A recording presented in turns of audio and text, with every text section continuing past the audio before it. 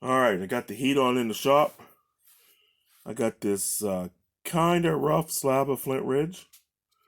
Looks like it has a seam or two in it. We'll see what happens. But it is currently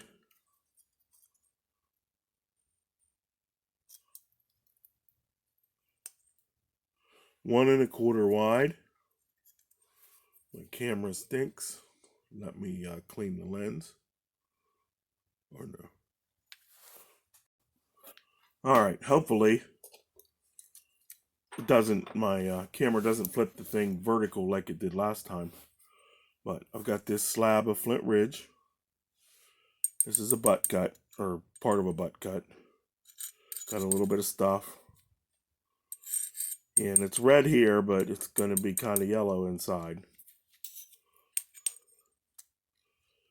1.25 inches wide.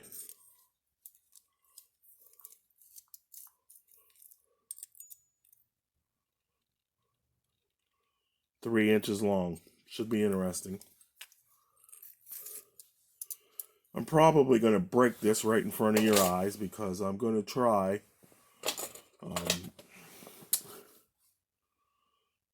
to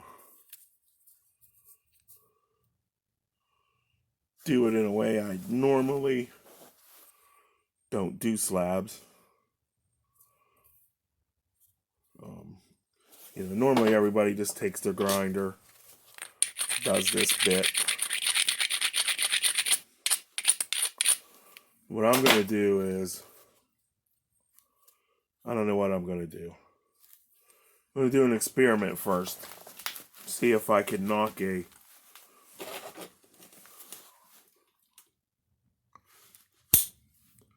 Oh, this is going to be tough.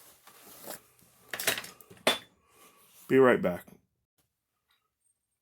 Okay, tonight, come on camera, we've got a piece of flintridge that I've prepared the edges for. And it's a slab. It's kind of a rough little slab. You could see it's got some cookie stuff on the back, and it's got a, I'm hoping it's just color, but it could be a seam and it could be all over. This light color stuff is going to all be quartz. So we're going to, first thing I'm going to do is take my pressure flaker, my pointy springy one, and I'm going to try and do this whole thing with just it. And I'm going to see how the first couple flakes go. I might have to switch to indirect.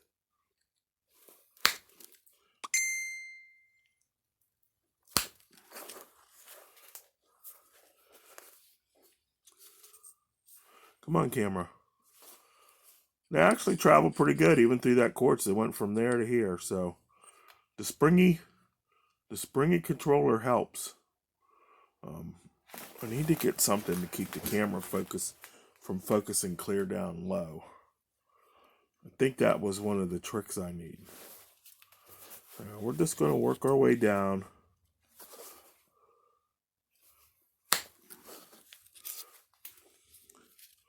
This is my springy flaker with a very sharp point.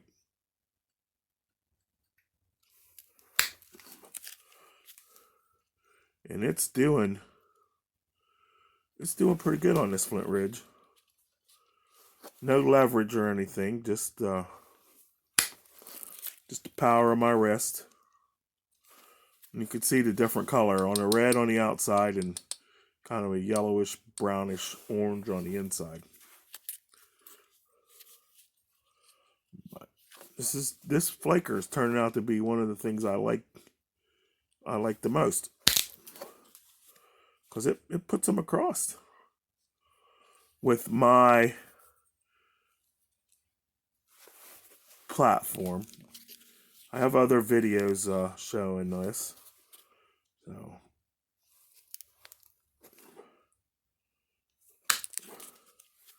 if you follow my channel, you know how I do the platforms on slabs. I don't nap a million slabs, but I want it to come out nice. So it's looking pretty good so far. And I'm going to keep this video shorter. So what I'm going to do is I'm going to pause right here. Once I've flaked all the sides, I'm going to come back for the second pass. And then, you know, so instead of flake, flake, flake, I'm going to cut out a lot. So there we go for now. Be right back.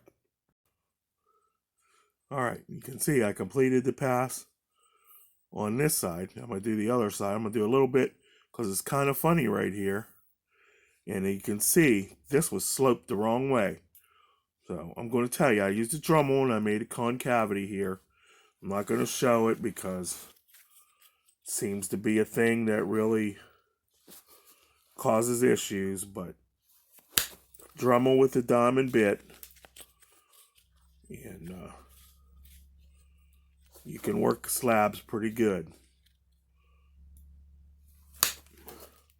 And they flake like a dream.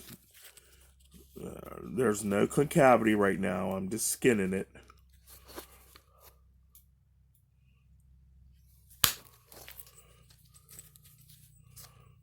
But you see, it's working. This is a nice piece of flint ridge.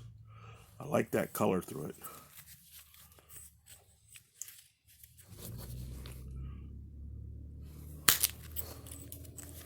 Now you see there's the grain to this. And that color, like in Flint Ridge, that color is a different kind of rock. And that's why I've got a little dive there. So you can't just work this like you think you're going to work a slab of obsidian or glass or, you know, some other stuff that's nice and clear material.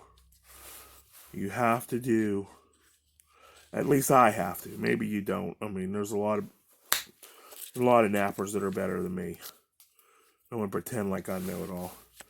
But I have to do tricks to work these pieces that have that kind of, you know, that have an issue in them. And I'm going to have to prepare this because it's all, you can see it's all the wrong angles and stuff. So I'm going to prepare this and I'll be back. Okay, we got our little difficult spot to deal with. So hopefully we get through this. I sharpened my tool back up, my springy tool. This is long. I made this long so it would build, and when I twist my wrist, it would just put the tiniest extra pressure to start the crack, and then the spring takes over.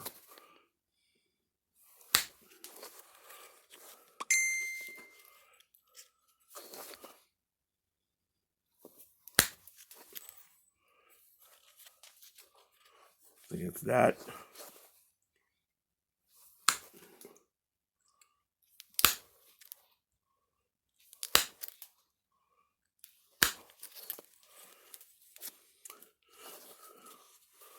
And this will show you.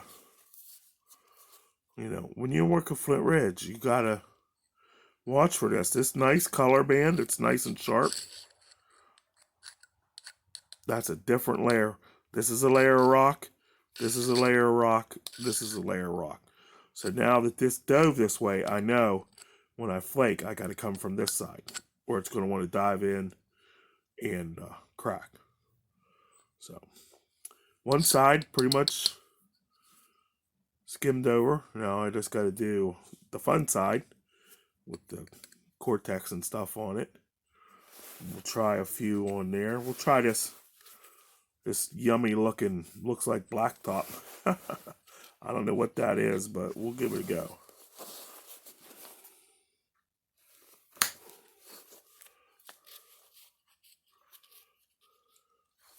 And I can see there's a seam right there. So it's going to be baby flakes for now.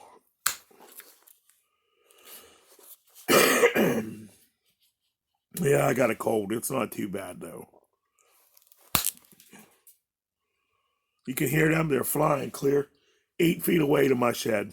Well,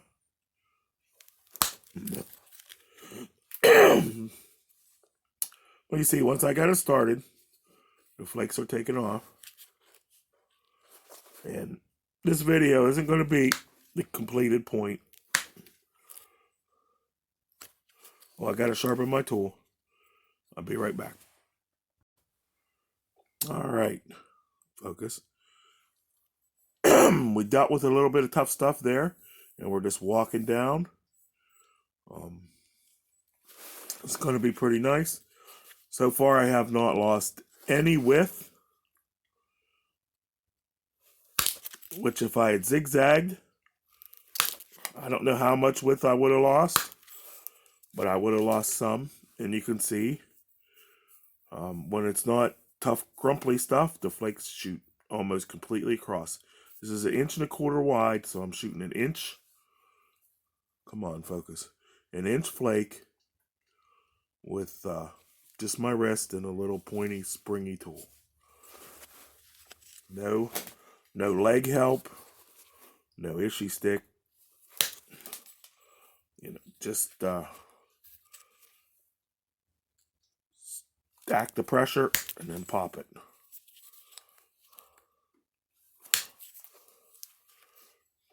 There we go. Now to come back on the other side and see we've got a little bit of stuff on this side to deal with.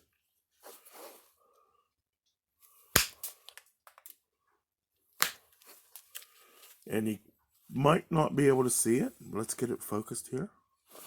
But this is quartz. I'm shooting right through it, which when I did percussion even, the quartz caused problems. But I'm shooting right through it with just this little springy thing.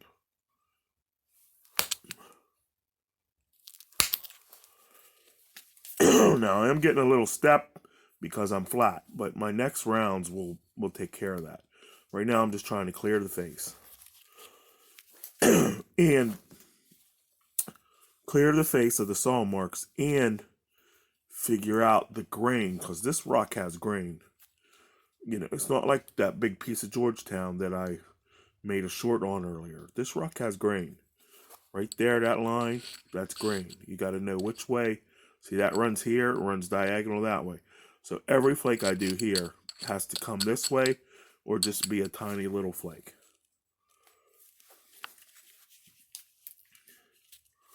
So if you spend big money and you get Flint Ridge, and you're like, why am I blowing up? See, I'm running into the opposite grain. That's why it's stepping there, but I have so much thickness left to deal with. I'll get that, no problem.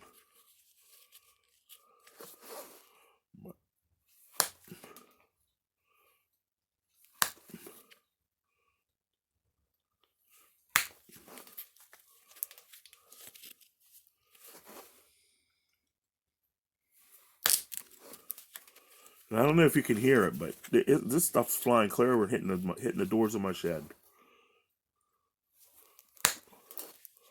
And all I'm doing is pushing with my hand and torquing my wrist. Like this. Push with my hand. My flaker's flat. Torque my wrist. It pops off. Now, like I said, I'm not making a big long video, because they only get watched for 10 minutes anyway, so. When I'm...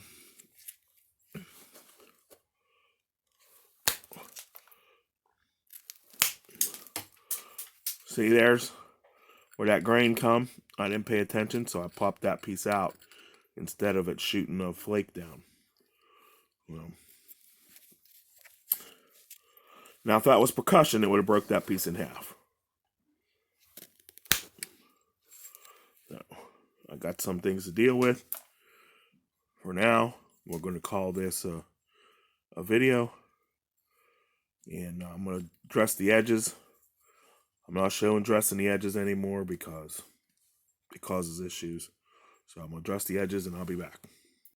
Okay, we're going to do a little bit of explaining here. I'm not going to show it running, but I have a football-shaped bit on my Dremel. And I hollow ground, so I have a good purchase to grab a hold of all the way around. I wear an N95 mask when I do this, so it's not crazy. And that makes the flakes pop off somewhat easier. I'm going to do a little bit of a second pass and see where I'm at. But I'm sick, so I'm not staying out here all night and finishing this out. Now I'm just making short little pops to start to get my convexity at each one of the deltas. This short little, I don't want to mess up my flaking pattern. I just want to get some convexity. And yes, I know you can zigzag and all of that, but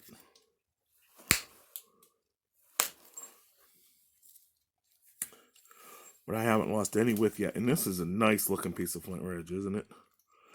Instead of an arrow, I might make some kind of pendant or something out of it.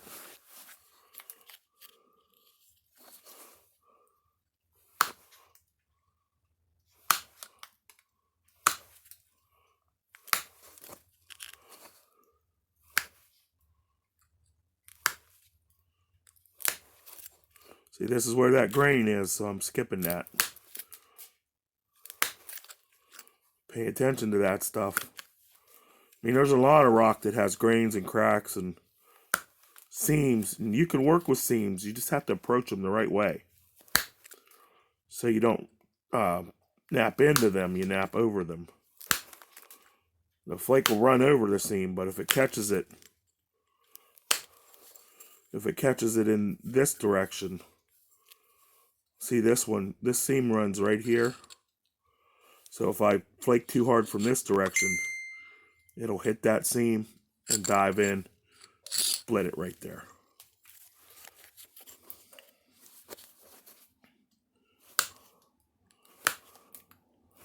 So right now I'm just taking little baby flakes because I got my pattern established and I don't want to change that pattern. And for now, that's where we're leaving it tonight. I'll finish this out probably next weekend. I work full time now, so I don't have a lot of time to nap. And I'm sick and it's going to rain all day tomorrow, and my heater just ran out of propane. So there you go. Have a good weekend. All right, here's a slab of Nether's Flint Ridge I started tonight. I'm sick, so I can't finish it, but it's looking pretty good.